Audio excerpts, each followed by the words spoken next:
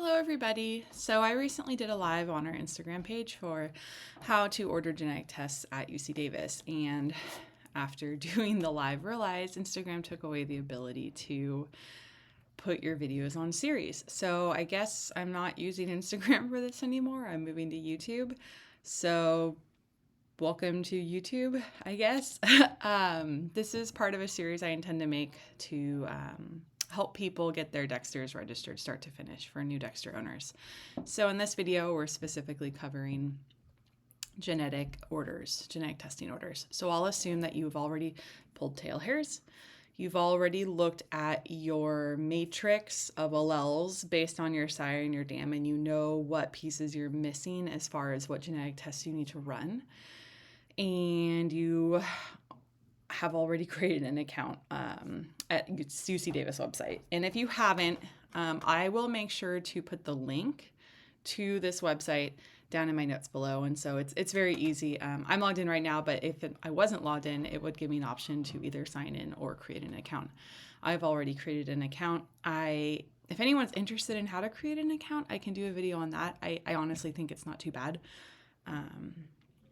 But we're going to start here, assuming you've already made an account and you just don't know what test to order. So I'm on the homepage, and I'm just going to let the video of me continue while I look up at my big, mega desktop screen. So if I'm looking up, that's why. I assume you guys probably don't need to see my pretty face, but that's fine.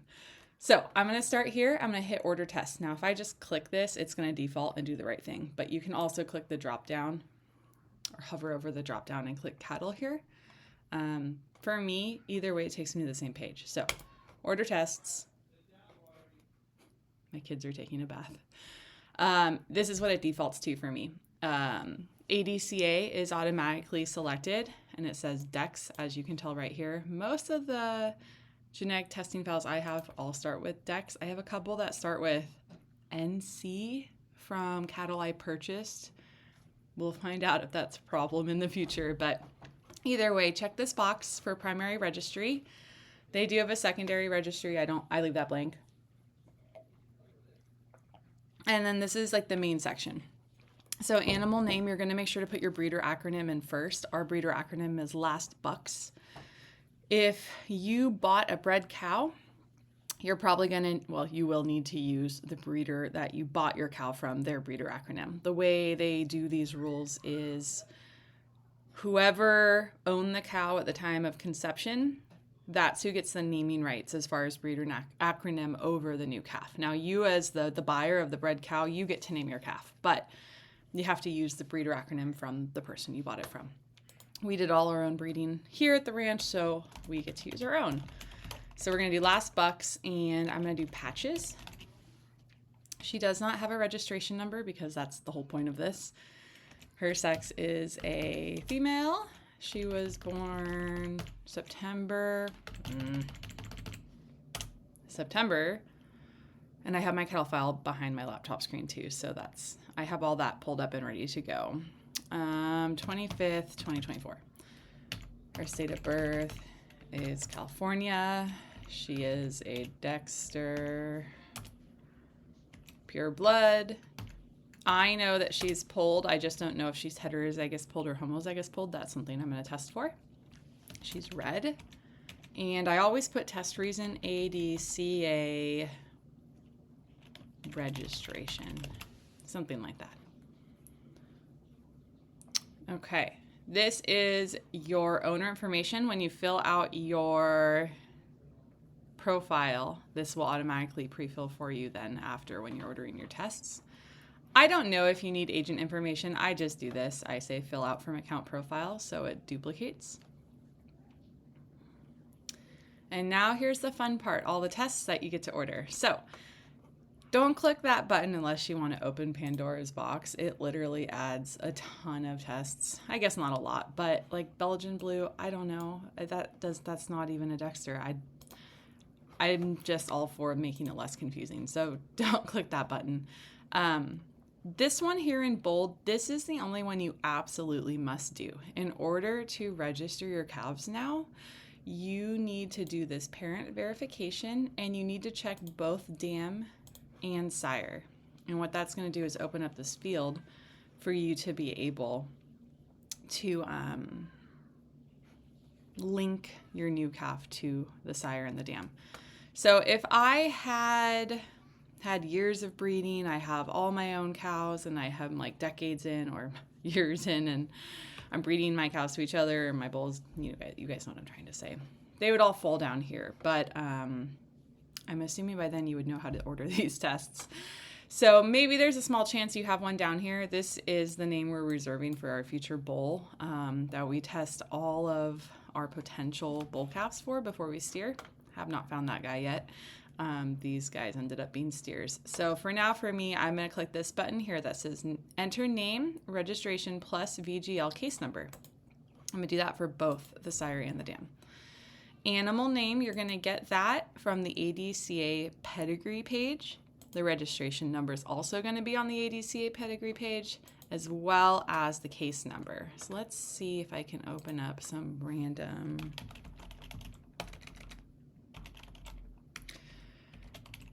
If I could type, it would be helpful. Okay, let's just search an animal name called Bucket. It's actually an animal called Bucket. So I'm just going to click on this one. Oh, he's deceased. That's a bad example. 2009 might be new enough. Deceased. Okay, let's be less funny and just find anything.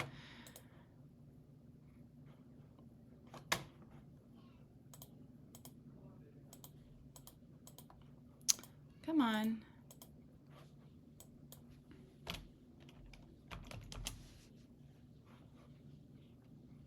$2017. That'll be a good one.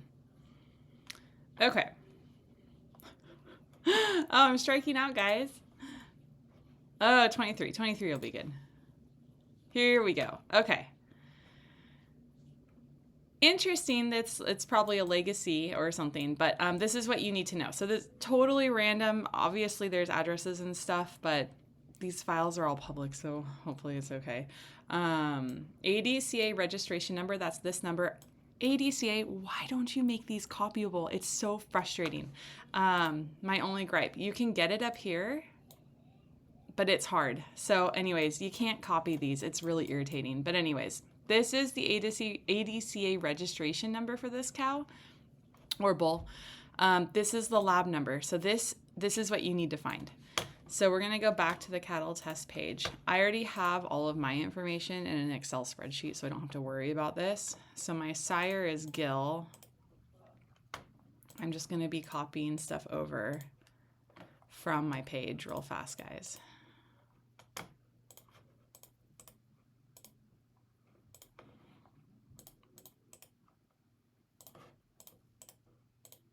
Okay, so that's what it'll look like. This is how they know to connect the calf to its sire and test to make sure that he is in fact the sire. Same with dam information. Dam is K, so I'm going to copy that. Registration number.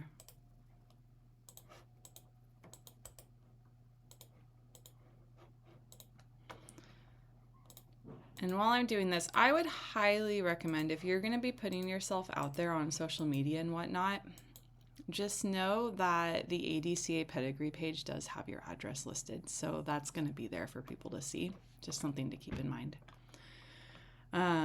Okay, so I have sire information filled out. I have dam information filled out. This is how they connect them back. Now I can move on. That section, if you wanted to stop here, you could. This is the bare minimum of what you need to do to get the right genetic test so that you can register your animal. If you want to do more, keep going. This is where it gets a little bit more fun. Cattle milk protein panel. This is going to comprise of this A2 beta casein, beta lactoglobin, I think I pronounced that right, kappa casein. This is more for people who are really into milking or potentially, sorry, I'm grabbing a paper for the next thing I want to show you guys. Really into milking or even cheese making. So if you're not going to be doing those things, those tests kind of add up quickly cost-wise. So I would only do it if maybe your buyer is interested or if you personally want to know this information.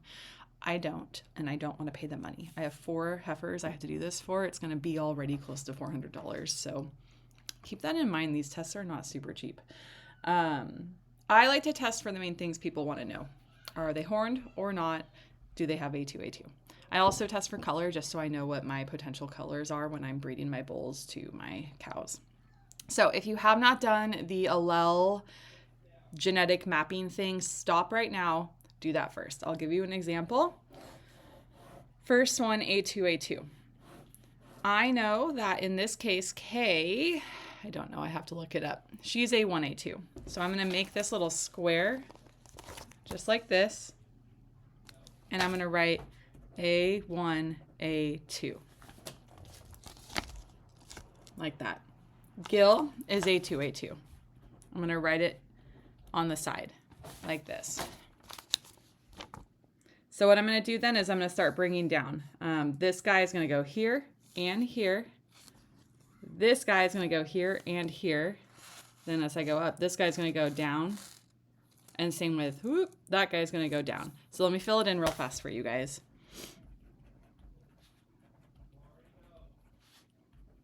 I don't know if you guys can hear my kids. So this is the result. I know that Patches is going to be a 50-50 shot of being A1A2 versus A2A2. So because I don't know, I want to know. So I'm going to test for it. So that's what this one is right here. I'm going to skip the free martin. You only need to do that if you have a set of twins and one of them is a heifer and one of them is a bull calf.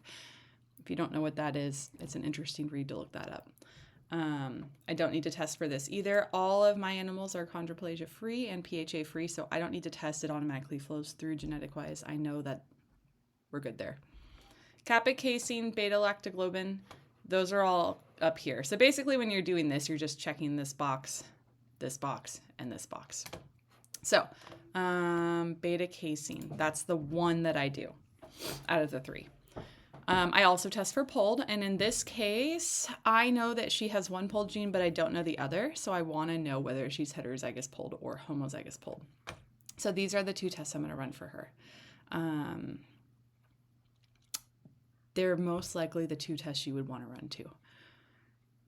This is another very common one, but you can usually get away with not testing for this. If you have a red cow, you know already that this is two red genes and you don't need to do this. If you have a dun cow, then you know he has at least, or she has at least one black gene and two dun genes. You just won't know whether the second one is red or black, but you might be able to figure that out by looking at the parents to see if any of them have red genes. So there's a lot of like manipulating and figuring out what you know already, and I highly recommend doing that to be able to keep the cost tests lower. I only absolutely test what I have to. And in this case, I have a red cow, so I know this already. She has two red genes. I don't, however, know how many dun genes she has. I know she has not one, but I want to know if the other one is a dun gene. For the potential of future breeding, I just like to know this information so that I can calculate the odds of what color the calves are going to be. You might not care as much. I get kind of data geeky, so for me, I like to know. This section I always leave blank. I can't figure out how to fill it in, and when I start clicking stuff, it just doesn't do anything. So I've never had a problem. I just leave it blank. So accept, and you're done. So really fast, we'll just go over this one more time. Order test, click or hover and click cattle. American Dexter Cattle Association. Fill in all of the applicable information, including the breeder's prefix, sex, date of birth, state, it's a Dexter. If you don't know if it's polled or not, just hit unknown and test for it. Fill in your information, but honestly, it should carry through if you've made your account. You can click this button to populate it. Oop, mouse is going crazy. To populate it here. Definitely click this button that says parent verification and click this button that says verify sire and click this button that says verify dam. Go to your files on the ADCA website, find the registration number that's not copyable, find the Dexter lab number that's also not copyable, copy that over here, Keep going down, click on any additional tests that you might want. Go to the bottom and hit save. Okay, now, if I was doing this for real, I would keep going until I had everything, but I'm gonna just get to the end so that you guys can see the next steps. I'm gonna hit proceed to check out. I always just send my payment. I guess I'm a little old school that way. Send payment with samples, and I normally print my order right away. I'm not home right now, or I'm home and I'm not at work. I usually print at work. So you can hit email my order if you want to do it later. It'll just send you an email with a PDF. So I guess this time I'll just hit print so you guys can see. Come back. Okay, sorry, I have multiple screens going. Let me see if I can get this in. Are you gonna open and go in? Okay, never mind, you guys can't see it. We'll do the old school paper form. So this is what prints out.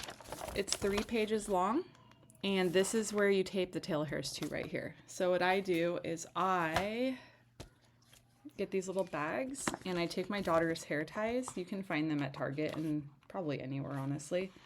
And when we go out and collect tail hairs, I pull them, and then I put the little bands around them. And I don't ever take the bands back off. I just attach it like this, and then I tape the bejesus out of it on the band going towards the end of the tail hairs. They're never that long, but older cows, they can be. So anyways, you want to really make sure not to touch the root bulb. Really leave those untouched as much as you can, and just try to grab as many as you can. I'll do another video on that separately, but tape those here. Payment information is on this page. This took me an embarrassing amount of time to figure out, but this second page, it's in really, really small text. It says make a check payable to UC Regents. That's how you want to make it payable. You can also fill out a credit card information. The address for where to send it is on the first page. It's right here. And they're very specific about how to fold it up. So it says right here,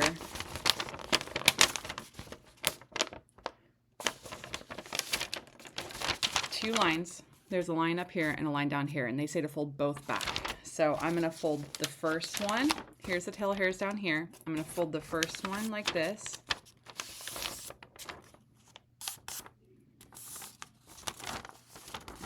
Oops.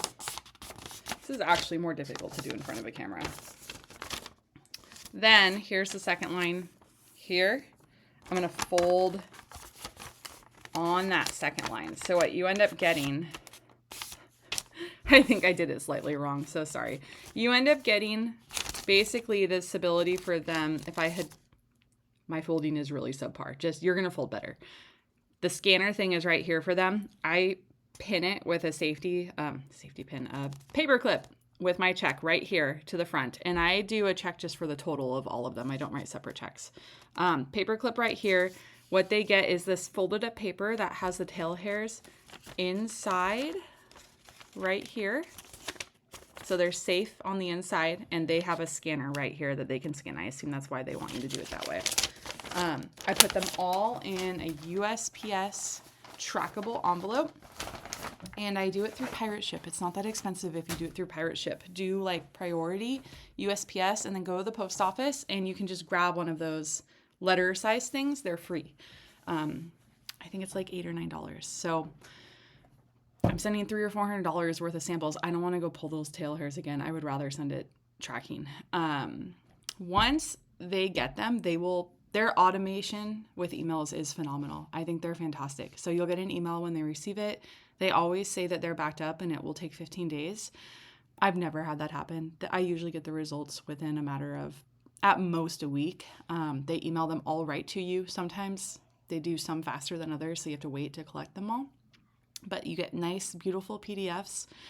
And I make sure to save those, because one thing that really bugs me is they will not give you, if you buy a cow that someone else has already done the genetic testing for, they will not give you those tests. So you have got to ask the seller to provide them to you. So I always take and save those PDF tests, and I always email them or print them or both to my buyers, because I find that incredibly irritating that they don't share those tests. Someone has already paid for them.